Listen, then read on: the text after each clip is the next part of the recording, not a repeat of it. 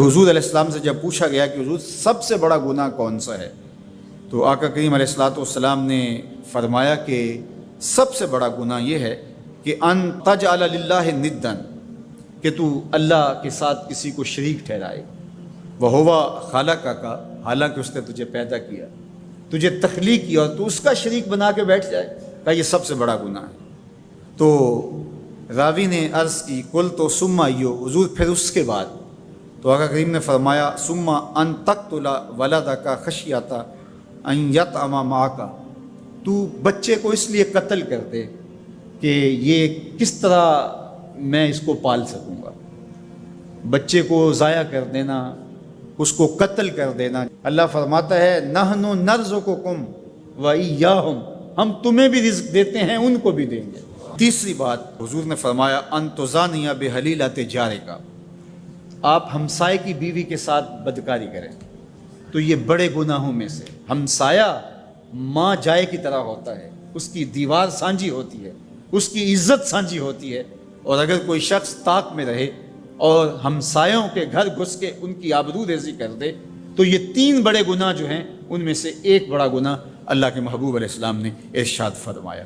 حضرت عبداللہ ابن مسعود رضی اللہ تعالی عنہ سے یہ روایت مروی ہے کہ لا احد اغیر من اللہ عز وجل، اللہ سے زیادہ کوئی غیرت مند نہیں ہے، اللہ سب سے زیادہ غیرت مند ہے، اور اس کی غیرت کا تقاضا یہ ہے وَلِذَالِكَ حَرَّمَ الْفَوَاحِشَ مَا ظَهَرَ مِنْهَا وَمَا بَطَنَ، کہ اس نے بے حیائی کو چاہے وہ پوشیدہ طور پہ کی جائے یا اعلانیہ طور پہ کی جائے، اس کو پسند نہیں کیا، اور اس سے اس نے منع کر دیا اور لوگوں کو روک دیا، حرام قرار دے دیا، اس لیے کہ وہ خود غیرت مند ہے۔ غیرت مند مالک غیرت کا سبق دیتا ہے اپنی مخلوق کو۔ اللہ تعالیٰ قرآن مجید میں ارشاد فرمایا وَلَا تَقْرَبُوا الْفَوَاحِشَ مَا ظَهَرَ مِنْهَا وَمَا بَطَنَ، فحش کام کے قریب نہ جانا، وہ اعلانیہ طور پہ کرو یا وہ مخفی طور پہ کرو۔ تو مفسرین نے لکھا کہ جو بدکاری ہے وہ مخفی فحش ہے، اور شراب نوشی یہ اعلانیہ فحش ہے۔ شراب نوش جو ہے وہ چھپ نہیں سکتا، بدکار بعض اوقات ایک مدت کے لیے چھپ جاتا ہے، لیکن یہ بات ذہن میں رکھیے کہ جو بدکار ہے وہ دنیا کے اوپر رسوا ضرور ہوتا ہے، اس کے چہرے کا نور چھین لیا جاتا ہے، اور اس کے اوپر مصیبتیں مسلط کر دی جاتی ہیں، اور اللہ کے قہر و غضب کا شکار ہوتا ہے، اس کی دعائیں قبول نہیں ہوتی، نیک لوگوں کی دعاؤں سے اس کا حصہ نکال لیا جاتا ہے، لیکن بہرحال ایک مدت کے لیے چھپ جاتا ہے۔ لیکن شرابی اپنے جرم کو نہیں چھپا پاتا، تو کہا کہ جو مخفی جرم ہے وہ بدکاری ہے، اور جو ارشاد فرمایا قرآن نے کہ جو ظاہر جرم ہے اس سے مراد جو ہے وہ الخمر ہے، شراب ہے، اور ہر نشہ دینے والی چیز سے حرام کی حرمت آئی۔ کل مسکر خمر وکل خمر حرام، فرمایا ہر نشہ آور چیز شراب ہے، اور ہر شراب حرام قرار دے دی گئی ہے۔ اب یہاں بھی لوگ دلیلیں لے کے بیٹھ جاتے ہیں، میاں وہ بھی ایک مشروب ہے، اس سے کیا فرق پڑتا ہے؟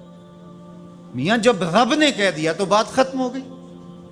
ایک یہودی کے پاس ایک مسلمان مہمان ٹھہرا، تو اس نے انگور پیش کیے، تو اس نے بڑے شوق سے لیے، تو تھوڑی دیر کے بعد وہ شراب لے آیا۔ اس نے کہا استغفر اللہ، میں مسلمان ہوں، میں شراب نہیں لیتا۔ تو اس نے ہنس کے کہا یہ جو انگور آپ نے کھائے ہیں شراب اسی سے کشید ہوتی ہے۔ تو اس مسلمان نے کہا کہ آپ کی اہلیہ کدھر ہے؟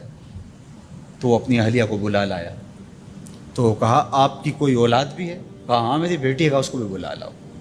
تو اس کو بھی بلا لایا۔ جب دونوں آ کھڑی ہوئی تو کہا کہ یہ حلال ہے تیرے لیے، اور یہ بیٹی اسی کی ہے، اور یہ حلال نہیں ہے۔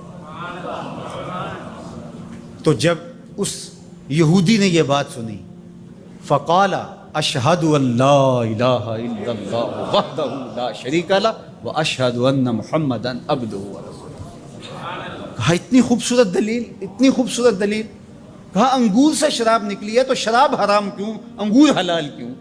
تو کہا مجھے یہ بتاؤ کہ تمہاری بیوی تمہارے لیے حلال ہے، تمہاری بیٹی تمہارے لیے حرام کیوں؟ کہا بات سمجھ میں آ گئی۔ تو میرے رب نے، بعض کا تو اس کی حکمتیں ہمارے علم میں نہیں ہوتی، اور حکمت نہ جاننے کی وجہ سے ہم کہتے ہیں کہ یار یہ بات سمجھ میں نہیں آتی۔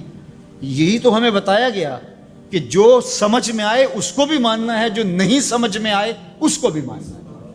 ہم جنت کو مانتے ہیں نا، دیکھا ہے، یا رب کو مانتے ہیں، دیکھا ہے، وہ سمجھ میں آتا ہے، تو دل میں تو آتا ہے، سمجھ میں نہیں آتا۔ میں جان گیا بس تیری پہچان یہی ہے۔ ہم تو سب سے بڑی حقیقت کو بغیر دیکھے مانتے ہیں، بغیر سمجھے مانتے ہیں۔ ادراک فہم کی حدود سے ورا ہے، عقل و خرد کے دائروں سے ورا ہے، لیکن اس حقیقت کو ہم مانتے ہیں تو اس کے کہے ہوئے کو کیوں نہیں مانیں گے؟